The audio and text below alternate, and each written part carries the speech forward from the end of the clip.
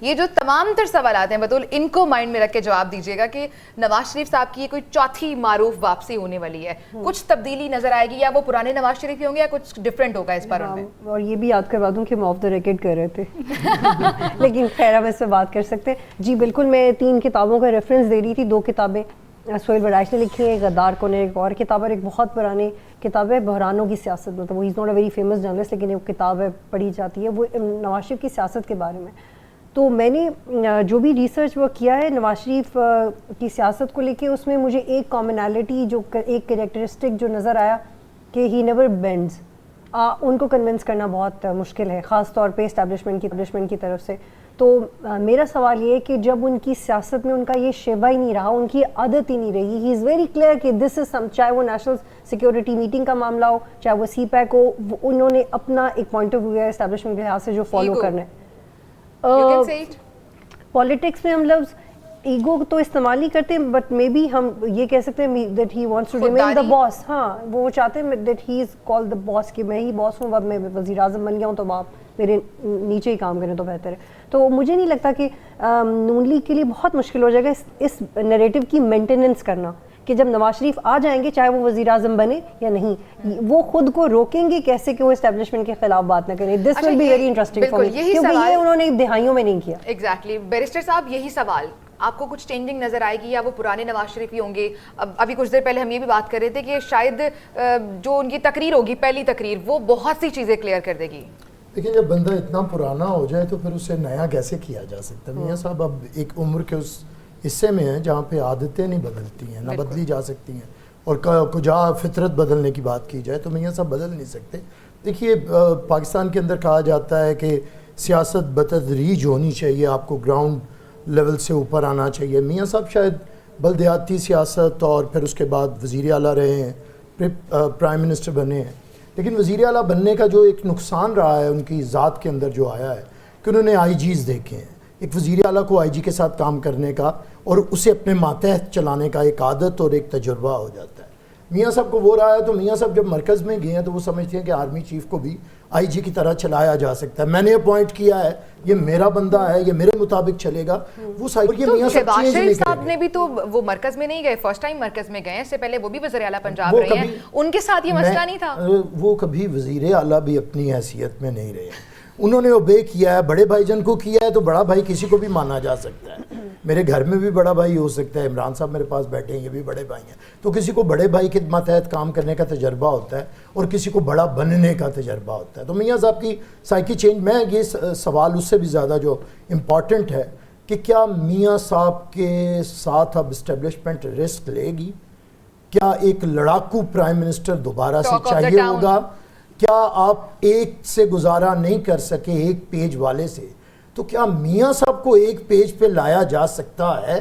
جس کا جواب نہیں اور نہیں ہے. انہی رویوں کی بات کی جائے تو عمران صاحب آپ کی طرف آئیں گے کہ کوئی بھی جماعت جب اقتدار میں آتی ہے تو وہ یہ کہتی ہے کہ ہمیں عوامی حمایت حاصل ہے, لیکن جب وہی جماعت ہارتی ہے تو وہ کہتی ہے, جیتنے والی جماعت پہ یہ تنقید کرتی ہے کہ پس پردہ کوئی آنکھ کا تارا جو ہے یہ جماعت بن گئی. تو اس طرح کا بھی ایک رویہ ہماری سیاسی جماعتوں میں ہوتا ہے, اس پر کیا کہیں گے؟ دیکھیں, سیدھی سی بات ہے کہ یہ تو الزام جو جس بات کا آپ نے ذکر کیا, تمام سیاسی جماعتیں پیچھے آپ اگر ماضی میں 50 سال کی سیاست دیکھ لیں تو آپ کو ہر حکومت جو ہے آنے والی وہ یہی کہے گی کہ ہم عوام کے زور پہ آئے ہیں, میرٹ پہ آئے ہیں, اور جیسی وہ جائے گی تو وہ کہیں گے اوہ ہمارے ساتھ تو بڑی سازش ہوئی ہے ہمارے خلاف, اور اصل میں جو اپوزیشن ہے اس کو آشیرواد حاصل تھی پنڈی کی, اور یہ معاملات اس طرح سے ہو گئے. لیکن میں ذاتی طور پہ یہ سمجھتا ہوں being a follower of politics کہ کیا یہ خود جب آپ کے سیاستدان جلسوں میں یہ بات کہیں کہ میں گیٹ نمبر 4 کا آدمی ہوں, جب جلسوں میں یہ اس بات کا ذکر کریں کہ میں ایک پیج پہ ہوں, جب یہ میڈیا پہ آ کے بڑے فخر سے یہ بات کہیں کہ میرے علاوہ کوئی آپشن ہی نہیں ہے, تو مجھے آپ یہ بتائیں پھر آپ کس سے گلہ کریں اور کس کے ہاتھ پہ اپنا لہو تلاش کرنے کی کوشش کریں. جہاں تک میاں نواز شریف کی بات ہے تو یہ دیکھیں اس وقت ملک جس سیاسی صورتحال ہے جو ملک میں, اس میں آپ کو اگر آئی ایم ایف کا پریشر نہ ہو تو being a follower of politics پھر میں آپ سے یہ کہوں گا کہ میں تو یہ سمجھتا ہوں کہ شاید الیکشن ہو ہی نہ, مزید 2 سال نہ ہوں 5 سال نہ ہوں، لیکن اب یورپی یونین جس نے گارنٹی کی تھی IMF کو کہ آپ ایسا کریں کہ آپ ان کو دے دیں، ان کا پیکج ڈیل کر لیں اور اس کے بعد یہ الیکشن کروا لیں گے اور 9 مہینے کے بعد جب حکومت نہیں آ جائے گی تو آپ کے ساتھ نیا ایگریمنٹ ہو جائے گا. عمران صاحب میں قطع کلامی کی معذرت چاہوں گا، آپ نے بھی الیکشن کی بات کی ہے تو اس سے میرے مائنڈ میں کویشچن تھا اور آپ کی موجودگی کا فائدہ بھی اٹھا لیتے ہیں. پیپلز پارٹی کی نمائندگی کر رہے ہیں آپ. گزشتہ روز بلاول صاحب کہتے ہیں کہ جی انتخابات جو نواز شریف کی وجہ سے وہ روکے جا رہے ہیں. اس سے پہلے بھی ہم نے دیکھا خورشید شاہ صاحب نے بڑا دبنگ قسم کا ایک سٹیٹمنٹ دیا. انہوں نے کہا جی کہ بیک ڈور رابطے چل رہے ہیں. پہلے چیئرمین PTI کو لا کر ہم پہ مسلط کیا گیا اور اب جو ہے وہ نواز شریف صاحب کو ہمارے اوپر مسلط کیا جا رہا ہے. عام بندہ تو یہ بیک ڈور جو رابطے ہیں وہ ڈسکس کرتا ہے، سمجھتا ہے اس چیز کو. آپ تھوڑا سا کلیئر کر سکتے ہیں یہ کیا چیز ہے؟ یہ کہ واقعی میں ایسی کوئی چیز چل رہی ہے؟ کوئی بیک ڈور رابطے ہوتے ہیں جس طرح سے خورشید شاہ تک بات کر رہے ہیں؟ اگر وہاں ہو رہے ہیں تو آپ سے کیوں نہیں ہو رہے؟ اچھا ویسے گزارش یہ ہے کہ اگر مائنڈ نہ کرے علی تو ہم پچھلے بریک سے پہلے یہ ڈسکس کر چکے ہیں. اچھا میں نے بھی جوائن کیا، ہم اس پہ پہلے بڑی سیر اثر گفتگو کر چکے ہیں. اچھا عمران صاحب وہی ابھی انہوں نے بھی بات کی اور ہم نے بڑا ایک ایلیبوریٹ کر کے بتایا کچھ چیدہ پوائنٹس کہ کیا نواز شریف صاحب وہی پرانے ہوں گے یا اب تھوڑی تبدیلی آئی ہے. چلیں شاید ہوا باہر کی اب ہے، یورپ کی ہوا کھا کے آ رہے، کچھ تبدیلی یا وہی ہوں گے پرانے؟ دیکھیں نواز شریف نے پہلی دفعہ یورپ کی ہوا نہیں کھائی. ایشو یہ ہے کہ آپ نواز شریف کو انڈر ایسٹیمیٹ نہ کریں. جن تینوں کتابوں کا ذکر ہے بطور راجپوت کر رہی تھی تو ان میں سے ایک کتاب میں تھوڑا سا اس میں بھی شامل رہا معاملات میں، وہ غدار کون سہیل بڑائی صاحب کے ساتھ. تو معاملہ یہ ہے کہ میاں نواز شریف کو میں ذاتی طور پہ بینگ اے جرنلسٹ 1990 سے جانتا ہوں. میاں نواز شریف جتنے اپنی شکل سے صورت سے سیدھے سادھے اور بھولے لگتے ہیں، اصل میں وہ اس طرح سے ہیں نہیں. ہاں جی، وہ بہت سیاست کے رموز کو سمجھتے ہیں اور وہ کبھی بھی اپنے پتے صاحب ہنس رہے ہیں، آپ سے بھی بات کرتے ہیں اسی پہ. بالکل. تو معاملہ یہ ہے کہ اس وقت دیکھیں ملک میں اگر آپ دیکھیں تو جو آپ کے پاس سب سے بڑی قدور شخصیت ہے سیاست میں، تو میں آپ سے پھر کہوں گا پنجاب سے ہونے کی وجہ سے وہ اس وقت آپ کے پاس میاں نواز شریف ہی ہیں. بالکل. زرداری صاحب اور میاں نواز شریف یہ دو ایسی شخصیات ہیں کہ اگر آپ ان دونوں کو پاکستانی سیاست سے باہر کر دیں کسی بھی وجہ سے تو آپ کی سیاست میں باقی کوئی شخصیت رہتی نہیں. ابھی انہوں نے استحکام پاکستان پارٹی کی بات کی تھی. تمام تر چیزوں کے باوجود مجھے آپ یہ بتا دیں کہ ابھی ایک جو لیٹسٹ سروے ہوا ہے اور بڑے جو ہیں ایتھینٹک قسم کے لوگ جنہیں اپنی ریسرچ پہ بڑا ناز ہوتا ہے انہوں نے کروایا ہے، اور ان کے مطابق علیم خان صاحب، بڑی معذرت کے ساتھ علیم خان صاحب جو استحکام پاکستان پارٹی کے سربراہ ہیں، وہ صدر ہیں، وہ بھی شاید لاہور سے اپنی سیٹ نہیں جیت پا رہے آج کے. تو جب معاملہ یہ ہے کہ آپ کے پاس پھر آپشن کیا بچتی ہے؟ آپشن آپ کے پاس بچتی ہے نون لیگ. PTI کا معاملہ المیہ یہ ہے اس وقت کہ وہ لیڈر لیس ہیں. اس کی تنظیمی جو صورتحال ہے، لیکن سر پرویز الہی صاحب جیلیں کاٹ رہے ہیں، وہ کہہ رہے ہیں میں ایسے ہی جیلیں نہیں کاٹ رہا، ان کے پاس بھی بگر پلان ہے. لیکن پیپلز کو میں اس میں صرف ایک پوائنٹ ایڈ کرنا چاہ رہی ہوں کہ پچھلے الیکشن میں جس کورم کی بات کری اس میں سے 52 سیٹس PMLN کی تھی اور 27 PTI کی تھی. تو اب آپ کہہ رہے ہیں کہ PTI کے پاس تو لیول پلینگ فیلڈ کیا فیلڈ ہی نہیں ہے. تو دس از ہے یو کین یہاں پیپلز پارٹی کے پاس سپیس ہے، چانس ہے. کبھی بھی آپ پالیٹکس کو پیپر کے اوپر ڈرا نہیں کر سکتے. پیپر کے اوپر ڈرا کیا جا رہا ہے، بتایا جا رہا ہے، بنایا جا رہا ہے، یہ سارا ایک دکھانے کی بات ہے. یہ جو 21 طرح کے تماشا حلقوں میں ایکٹیو تو نظر آ سکتے ہیں، آپ کیمپیننگ کر سکتے ہیں، آپ اپنے جھنڈے لگا سکتے ہیں، آپ تقریریں کر سکتے ہیں. پورے لاہور میں معافی چاہتا ہوں صرف پورے لاہور میں صرف فیصل میر پیپلز پارٹی کے ایک ایسے نمائندے ہیں جن کی تصویریں بینر چیزیں آپ کو نظر آئیں گی ہر جگہ.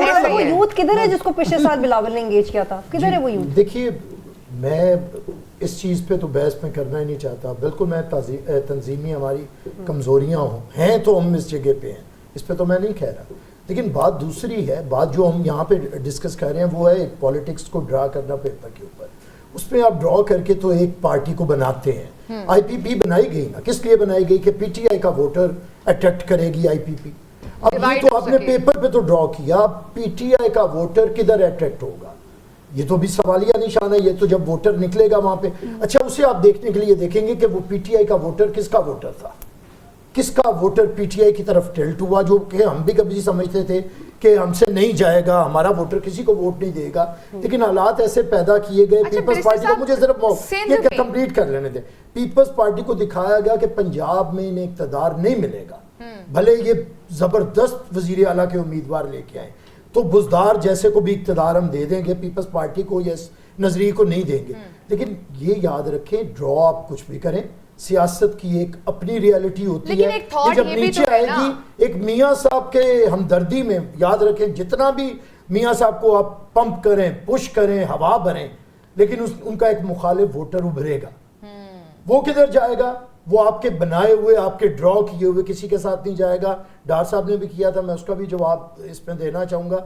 دیکھیے یہ پرسیپشن نہیں ہے اب صرف کہ بیک ڈور سے کس کا کس کے ساتھ رابطہ ہے. اگر عام آدمی بات کر سکتا ہے تو ہم بھی کر سکتے ہیں, پولیٹیکل پارٹی بھی دیکھ رہی ہے. لیکن آپ اسی ووٹر کو اٹریکٹ کرنے کے لیے کیا کر رہے ہیں؟ دیکھیں ووٹر اٹریکٹ ہو رہا ہے, ووٹر اپنی جگہ پہ. ہم کیسے گھر پہ بیٹھ کے کیسے اٹریکٹ؟ اب ہم بھی کوئی فوری طور پہ استقبال کروا لیں, کسی کو باہر بھیجیں پھر واپس بلائیں, یہ تو نہیں کر سکتے نا. لیکن ہم یہ ہو رہا نہیں, اب اس جگہ پہ پالیٹکس, ہم نے کل اتنی بڑی ایکسرسائز کی ہے پورے پنجاب میں کی ہے. ہم نے 18 اکتوبر کے دن کو منایا ہے. جتنی پیپلز پارٹی پولیٹیکل ایکٹیویٹیز کرتی ہے ڈسٹرکٹ لیول پہ, شاید کوئی پولیٹیکل پارٹی نہیں کرتی ہے. شاید ہم نے میڈیا کی کوریج سے نہ ہو, لیکن ہم ایکٹیویٹیز کر رہے ہیں.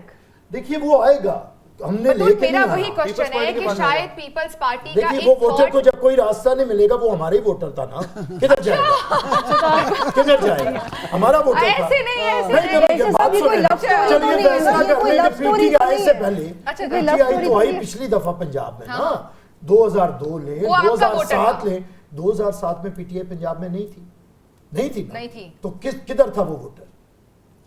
ہمارا ووٹر تھا. یہی میری تھاٹ عمران صاحب ہمارے پاس کیوں نہیں آئے گا سر ود ڈیو ریسپیکٹ. عمران صاحب ایک یہ بھی تھاٹ ہے کہ شاید یہ لوگ پیپلز پارٹی والے اتنا پنجاب میں انوالو نہیں ہوتے ہیں کہ شاید سندھ کو بچانا ہے, وہاں پہ بھی تو کچھ کرنا ہے نا. یہ تھاٹ میں کتنی سچائی آپ کو لگتا ہے؟ دیکھیں گزارش یہ ہے کہ سندھ میں ایک حقیقت ہے, پیپلز پارٹی سندھ میں یہ اس طرح سے بچانے کی ضرورت بھی نہیں ہے. اس کی بنیادی وجہ یہ ہے کہ تمام تر کوششوں کے باوجود دیکھیں جس طرح پنجاب میں پیپلز پارٹی ختم ہوئی ہے وہی حالات سندھ میں تھے, لیکن سندھ میں یہ جو ہے اس طرح سے ان کو نقصان نہیں پہنچا, سروائیو کر گئے. اور پھر اس کے بعد مراد علی شاہ صاحب نے, جو سچی بات ہے وہ یہ ہے کہ مراد علی شاہ صاحب جب وزیر اعلیٰ بنے ہیں تو اس کے بعد انہوں نے کم از کم جو 2-3 بڑے شہر ہیں ان میں ترقیاتی کام. پینل کہہ رہا ہے بریک لینی ہے, بریک کے بعد عمران صاحب سے ہی سٹارٹ کریں گے. Stay with us. آپ ہر دفعہ کہتی ہیں لیکن چلیے سر میں آپ سے سٹارٹ کروں گی. You have my word. پتہ نہیں ایسا کیوں ہو رہا ہے سر, یو ہیو مائی ورڈ. اچھا سر, اتنی مزے کی ڈسکشن چل رہی ہوتی ہے, فلو چل رہا ہوتا ہے, جب بریک کا کہا جاتا ہے sir we have to follow them. نہیں اب بریک ضروری ہے کیونکہ اشتہارات آئیں. یہ 2 دفعہ میں نے بھی نوٹ کیا میری طرف سے. اچھا سر, آئی ایم سو سوری, لیکن میں یو ہیو مائی ورڈز واپسی پہ ہم عمران صاحب سے سٹارٹ کریں یہیں جہاں پہ ختم ہوئے. اسٹے ود اس, ایک بریک لے رہے ہیں. Welcome back to P N N crisis centre. ہم بات کر رہے تھے کہ نواز شریف صاحب کی واپسی ہونے جا رہی ہے اور بہت ساری اس وقت ہیپننگ ہو رہی ہے, لیکن اس سے پہلے ایک اہم خبر شامل کرتے ہیں, پھر عمران صاحب سے ہم ڈسکشن کا آغاز کریں گے.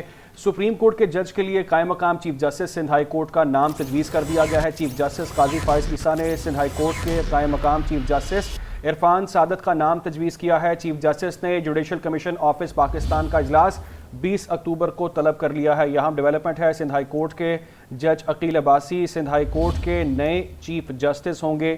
آپ کو اپڈیٹ کریں اس اہم ڈیولپمنٹ سے کہ نام اب سامنے آ چکا ہے اور 20 اکتوبر کو یہ طلب کیا گیا ہے. پاکستان مسلم لیگ نون کے قائد نواز شریف کی وطن واپسی پر استقبال کی تیاریاں آخری مراحل میں داخل ہو چکی ہیں. جلسے کے لیے پنڈال بھی تیار کیا جا رہا ہے اور جلسہ گاہ ہوگا جی مینار پاکستان. مینار پاکستان میں نواز شریف کے استقبال کے لیے 80 فٹ چوڑا اور 40 فٹ بلند سٹیج بھی تیار کر لیا گیا ہے. سٹیج پر نواز شریف کے خطاب کے لیے ایک بلٹ پروف کیبن بھی لگا دیا گیا ہے جہاں سے وہ خطاب کریں گے.